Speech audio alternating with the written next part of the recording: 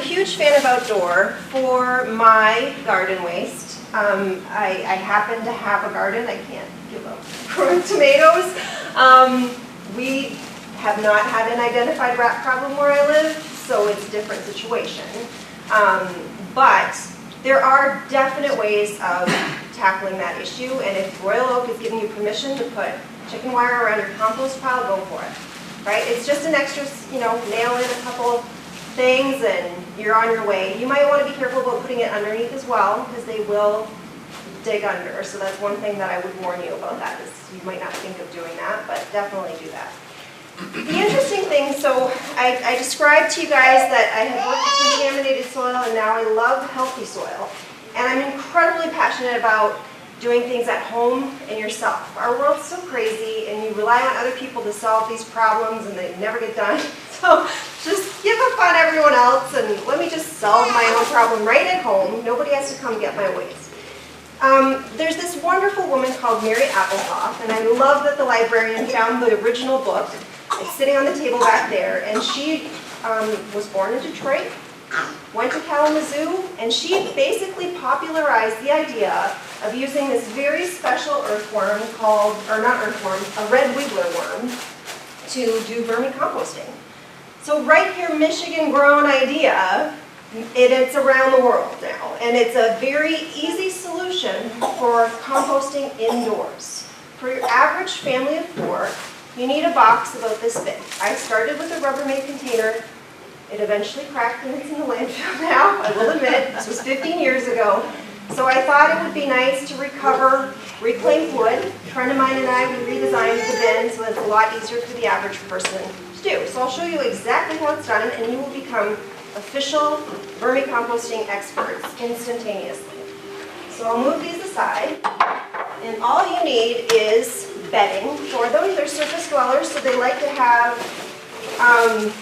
you're welcome to come up, absolutely, but I promise you I'll show you. Oh, you're I was trying to see what the I'll tilt it for those of you that really need to know, but I can definitely get you guys to come up afterwards. So it's just a box.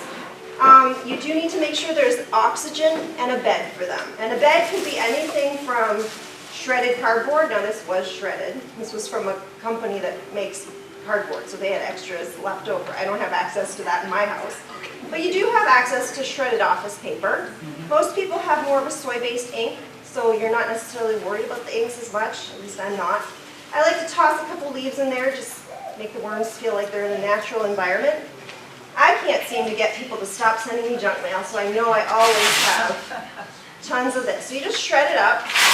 You really don't want to do it very difficultly. Get a little bucket of water. They like it nice and moist. So you just kind of dunk it in. You squeeze it out. Sorry, I might have got you there. And it should be just a wrung out sponge. You really don't have to get too scientific. As an engineer, I can get really scientific, but you really don't have to. Put it in there, fill it up. You go online. There's a farmer at the Ann Arbor Farmers Market. It's your closest. Unfortunately, the store in Detroit doesn't sell them anymore. But you will get a mail order. It's not potbelly soup. But you will get a box of worms in the mail that'll come and get delivered to your house. It says live earthworms. My mail lady looked at me funny, but that's okay. You'll grab that. This actually came right out of my bin, so you can come up and see that later. But it'll actually be in like a fluffy, papery, pretty thing. And the worms will be on the inside. They put a little cornmeal in there for them to just make sure that they had something to eat on the route. And then you just put them right in the middle. You fill it up. They take a while to get ready. They don't like just chowing down on all your food right away. Put a banana peel in there, and in about a week, they'll figure it out. They're like, oh, I'm in my new house. This is good. Joe's here. Jill's here. Fun fact, worms are hermaphroditic. Hermaphroditic. Oh. You need 2 of them, but there is no male and female worm, which kids love to learn stuff like that. But anyways, so you make a little worm house for them. They eat half their weight a day. You just need a little handful, about 1,000 worms, and they're tiny. You can come visit them later. They will motor through your food scraps like there's no tomorrow. And this has been done, again, Mary Applehoff started this 30, 40 years ago. If you start asking, you'll meet someone that knows about this technique. It's not something you talk about around the dinner table very often. Like, she just happens to have a worm bin. I mean, you run into them everywhere. She just works here at the library. I mean, they're everywhere. You just have no idea. So you put it inside, and what it is, it never gets a chance to smell because they will eat the mushy part of the food scraps as they start to decompose. So that's what would normally cause the odors. You're welcome to come up and sniff this box, but I've put fresh food in there recently, and it does not smell. It smells like wet soil, is what it is. So there's no odors, and it's super fast at breaking down your food. Where do you keep this wooden box? So it has, because it's small, you have to keep it indoors, and that's the point. So the rats aren't finding it out in your backyard. This is an indoor bin. And you can do it outside, but you want to make sure they don't freeze because it's a type of worm that's a surface dweller, and they will freeze in our Michigan winters. If you live down south, you'd be fine.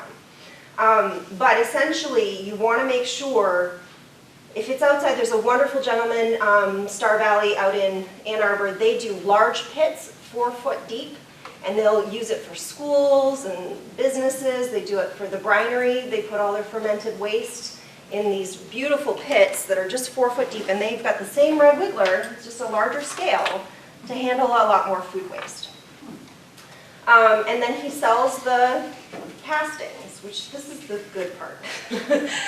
After all this, because there's lots of reasons to do this, the methane elimination is a huge deal, because at the compost level, you're not creating any methane. All this stuff, when it goes to the landfill, it's creating the #1 source of methane, which is one of the worst greenhouse gases of all. Worse, 14 times, 20 times worse than carbon.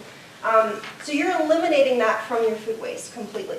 You're just getting it breaking down in a chemical breakdown that does not produce that byproduct. And then, just, I mean, if that wasn't cool enough, you get this beautiful fertilizer. You can't call it fertilizer, but soil amendment for your garden, and it's just the most precious stuff. You go to a nursery, you look on the shelf for the seed starter kits, you see earthworm castings. That's the best stuff to get your seeds started, just that blast of nutrition that they love it. My houseplants, you put a tablespoon a month, they're the most beautiful houseplants ever. Mind you, I wasn't feeding them before, now I'm feeding them. But they love, that's enough. It reestablishes the health of your soil because it's a microbe addition that you're also adding to your soil. The worms are, because it's going through the worm gut, it's that microbiological activity that it needs to then reestablish the soil in your gardens or in your house plants or wherever you're sprinkling on your lawn if you really don't have a garden to put it in.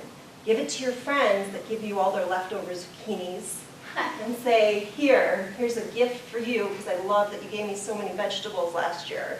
There's definitely a use for it. And you can do it, I used to do this in an apartment complex. It was a 3-story walk-up, so there's no way I could compost any other way, but it was sitting on my balcony, or you can also do it indoors. If you have a little closet, you can stack your shoes on top of it. I mean, it's that easy. It really doesn't smell. It doesn't. I pulled this out this morning, like 2 hours ago, from a bin just like this, and does it smell? You can't smell it from there. So now, how many of these do you have? Right. If you put too much, if you cook Christmas dinner and you're putting 20 people's food in here, you can't. You can freeze it temporarily, bring it out later, or put it outside if you can. I mean, the point is to do as best as you can. There's always going to be situations where, okay, I missed a month because I went on vacation. And that's another question people have is they will last, if you stockpile them a little bit, they'll last about 4 weeks without being fed. That's the most I've gone away. Now, how many of these boxes do you need, like like an average eater? This is a family bin. So, and again, I mean, I cook a lot from scratch. I try to do as much as possible. And I also try to do some of these practices where I keep a lot of the food for, for reuse as much. I do the carrot top pesto. It's delicious. Yeah, so you try as best you can. And then whatever you really can't, but for the average family of 4, we found that this bin is the right size. Again, because the worms eat so quickly. They're motoring through your food scraps as fast as they can. And they'll kind of grow with the amount of food you put. They'll multiply based on how much food you put in. Yeah, so do they size. overgrow for the box? They won't go over. They don't 'cause they don't have overpopulate the food. box? No, no. They're pretty good at surviving, like most people, but as soon as they step out, they'll dry up and die, so they're not gonna do that. They need moisture to breathe, they need food to survive, and they hate sunshine because it's again associated with loss of moisture. So they're gonna stay where they're nice and comfy. And it's this red wiggler species that likes to hang out. Earthworms, for instance, you can't get worms from your backyard and try this because they like to burrow deep. So they wouldn't like this situation. These are surface dwellers that love to just mow down on decomposing matter, so they're perfect for doing this. So like, I'm still not quite getting this. Yeah, no problem. So they don't have worm babies that They do. then they die, or how come they just don't? Well, you know, fill the life's space? harsh. But there is, you know, there's this population cycle that we all learned in school, right? It's just the access to food and the space that we have to live. And they control the population based on the amount of food you give them and the room that they have to grow. So those pits have a lot more worms in them than this bin does. And I'm sure he starts with a bucket full of them versus a tiny handful of them. But, you know. But you never have to take a cup out every month because they will, got a bigger. You do body. not have to Now you gotta manage make them. another wooden. I do because my friends ask me, they're like, hey, I need some worms, I gotta start. Okay, it's like a little feeder system where you can just ship them, instead of them buying them online, I think it's $20 for shipping and worms around there. You might You quit can find a engineering friend. and get in the worm business. I'm just trying to understand, the worm, when you give your friends worms, you take a little cup of them and give them, and then they can start their own? Yeah. So how many worms are in that cup? Well, Hundreds? it's not, You said you thousands. try to get a handful, and then again, they'll multiply. So what the risk is if you didn't give them 1,000, that they get 500, and then eventually it'll just take them slower to build up to the number you have. So it's not rocket science. But the trick is, if you take half a gourd or a pumpkin, they love to hang out in cozy little corners. So it was really easy for me to harvest them today because I had the shell of a pumpkin in there, butternut, I think. And they'll just kind of like, they like to just party in there and hang out in a big pile of worms. So that's a trick to capture. You put it in maybe a week before your friend needs it, and then they'll just kind of ball up, and then you can give them up. But what about the dirt that comes from it? So I didn't get to that. Okay, I'm reminded. No, absolutely. That's what I was trying to figure So out. eventually, this is kind of the breakdown. So this is what you start with. This is what it starts to look like, typically. And then eventually, it'll start looking like wet coffee grounds, which you can also put in here, by the way. But basically, once it starts looking like it's almost done, and you'll always be adding, so the surface will have kind of the fresh stuff. You can just kind of grab it, seed it in there. The way this bin's set up, there's different methods. But the way this bin's set up is you don't have to harvest, which was the least favorite thing that I had to do, was to separate the worms from the compost. I really wanted to eliminate it to make it as easy as possible. So Faye and I redesigned it so that when they're done eating this half, you start it on this half, and they will migrate through the holes and go find the food, and they'll run away from the sunshine. And the way I do it, I put it by a window, and we also made it so that there's 2 lids. So I was at a library, they told me I had to tell this story, and I was reading a book about bug behavior, pill bugs, and experiments with kids so that they learn animal behavior, and they said pill bugs, if you put them in a little box, with cover the one side and leave the other one open, the pill bugs the kids will observe that they'll go into the dark. And why is that? I thought, oh man, what if I did that with my worm bins? And it worked really well. So in about a week, they just motor over there, and there might be a few at the bottom if it's still moist, but just kind of leave that little bit. and then all you have to do is scoop it out and put it in your garden. You don't have to physically, if you go online, you'll see lots of great videos showing people making little piles outside in their backyard, and the sun will like get them to go to the bottom. So then you just take the top of the pile and collect that, and then you just put the very bottom back in your bin, which is fine, but it wasn't my favorite thing to do, I'll admit. If you have small children that love doing that, then I encourage you to do that, but this seemed to work much better for me. So I'd encourage, obviously, to figure it out. We make these bins in Detroit. They're made from all reclaimed wood. This is pine from new waste construction, and these are oak floorboards from demos. We go to responsible sources to get the oak floorboards that are being collected from some of the homes that are coming down. And it's a group that we really liked because they're trying to get returning citizens some trade skills. So they're building these here locally, which is...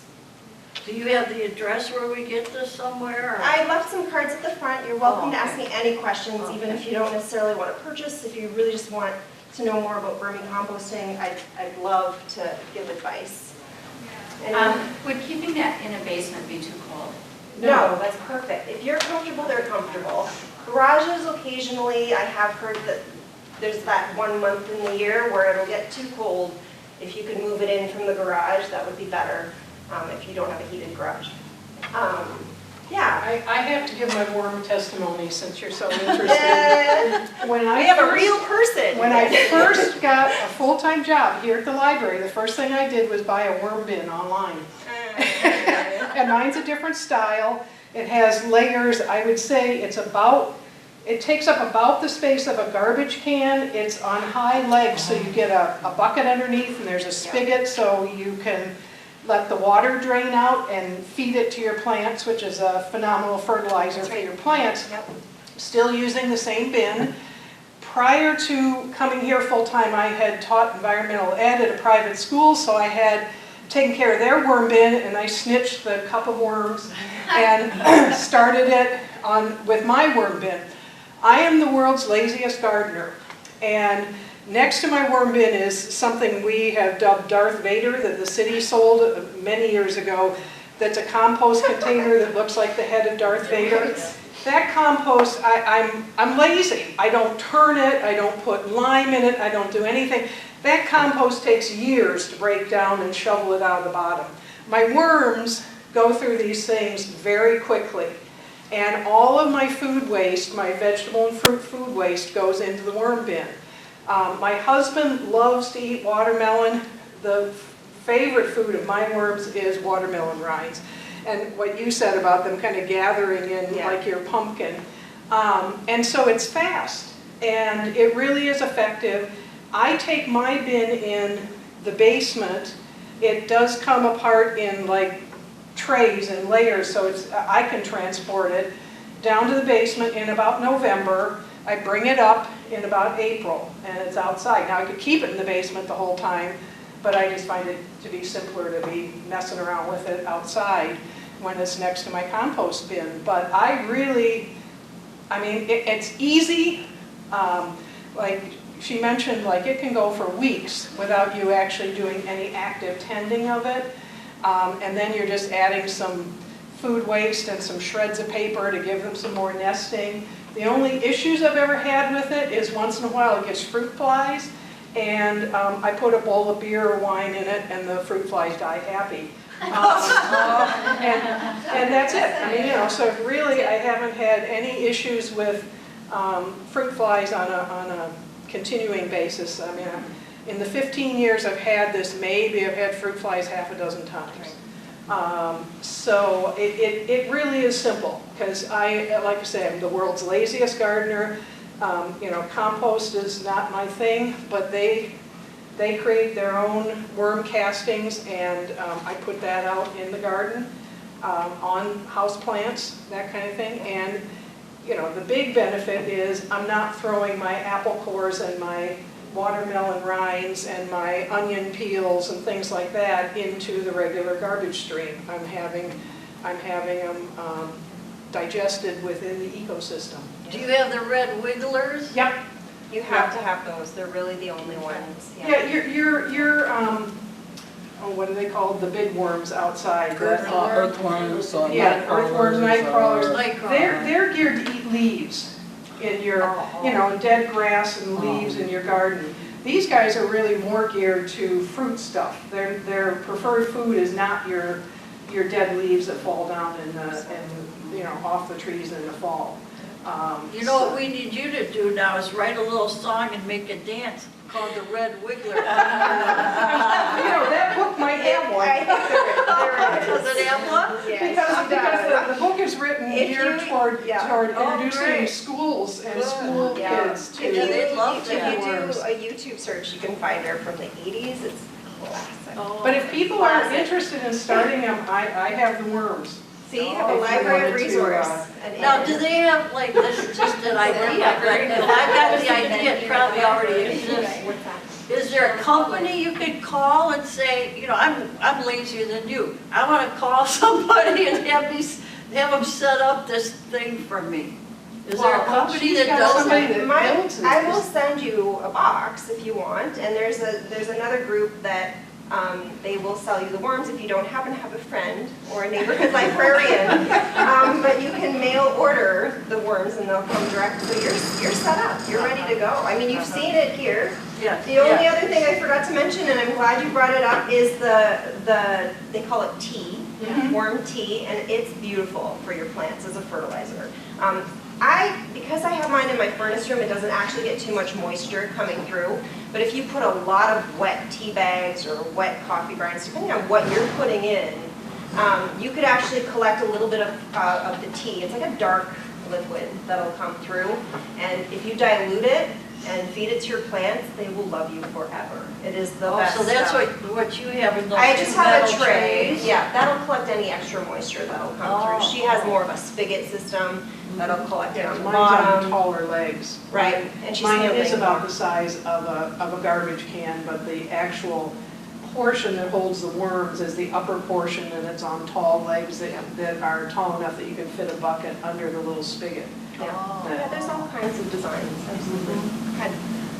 So I'm thinking about, I cook most of our food and I have 3 teenage boys. Yeah. So there's a lot. Yeah, a lot of food. And like, after every meal, I could go downstairs and put all the peelings and everything into there. Yeah, and if you didn't feel like doing it every day, some people keep it in their freezer.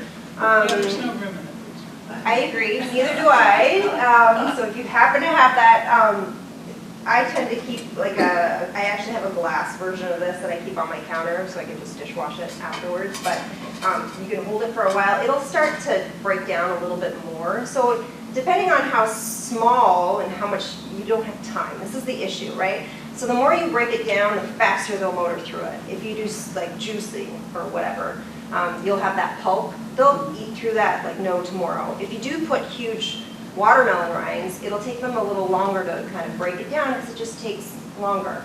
And again, we're not trying to be perfect. If you're worried about not capturing everything, then you can get 2 bins, or you can put some outside, some inside. You got to do what you can do. If you really want to do it, you're just chopping food, so just keep chopping the extras. If they're all chopped up, they have more of a surface area to get to, and that'll really speed up the process for them to get through it really quick. When you start it, you'll get a feel for it, but you can overfeed. And the only downside to the overfeeding is that produce may rot and grow some mold on it, and you may get a little bit of rotting vegetable smell, but the worms do then continue to eat through it and it solves itself, and you'll get a feel as you continue to use the bin as to how much is too much or how much is too little in terms of the amount that they can digest and eat in a reasonable amount of time. So clearly you don't throw everything in there. No. They're vegetarian is the easiest way. Well, no, I mean, but you don't throw all your scraps in there. Well, it depends Well, on how much you're making. I mean, Right now, there's only yeah. 2 of us, well, technically there's 3 of us in my house, but my daughter never eats fruits or vegetables. So there's 2 people that eat fruits and vegetables. For the most part, I mean, we keep a little stainless steel salad bowl that's about the size of what she has there, that we have a little pie tin that we put on the top. We just have that at the sink. And so if we're cutting up something for salad, we're sticking the ends of the lettuce in there, we're sticking, you know, whatever, the cores of the green peppers. And maybe once every 2 or 3 days, I trot it out into the backyard and stick it in the worm bin. So for the most part, yes. Although I have Darth Vader sitting right next to it, so Just in case. if I feel like there's too much for the worms to be handling right then, like my husband has gone watermelon crazy, I'll sometimes put a few of those things in the actual compost bin. Yeah, and there's a few things like not overloading citrus. If you're on a citrus binge where you're trying to get like all that vitamin C in, you can't put like tons of rinds in there. Try to, you know, some people love making potpourri. I mean, there's only so much time that you can realistically do these tips, but I actually like keeping my lemon peels because I make tea out of them. And so that's not going in there, but the pith is fine. They apparently don't like the onion peel as well, which I do add to my soup just because my mom taught me to do that. So, you know, eventually you kind of find your balance and you do as best you can. But in our family of 3 with a ton of, you know, from scratch cooking, it's fine. And then the odd time where I go crazy with whatever and doing or preserving, which doesn't happen too often, but then I'll put it in the backyard just because I have way too much and manage it. Any other burning questions? But thank you so much for coming. I guess is there someone that could do the official closing of the presentation? Sure, yeah, thank you so much for coming. This is something that we really want to bring to Royal Oak in a commercial sense for residents. I know that you might have questions after leaving, so if you want to leave me your name and your email address, I can send information that they've given to me to you too if you're interested.